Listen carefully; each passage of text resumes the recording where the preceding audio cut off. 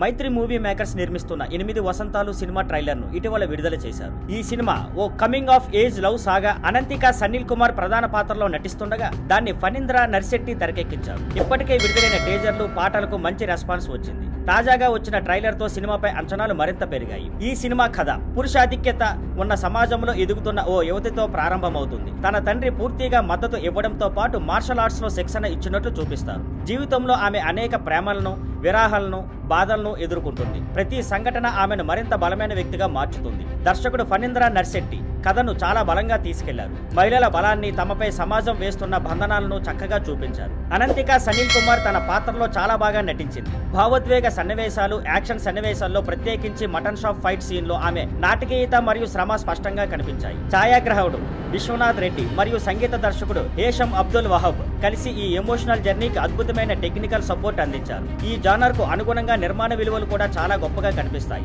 Trailer కు వచ్చిన మంచి స్పందనతో 8 వసంతాలు సినిమాను జూన్ 20న విడుదల చేయబోతున్నారు. Thank you for watching. Please like, share and subscribe.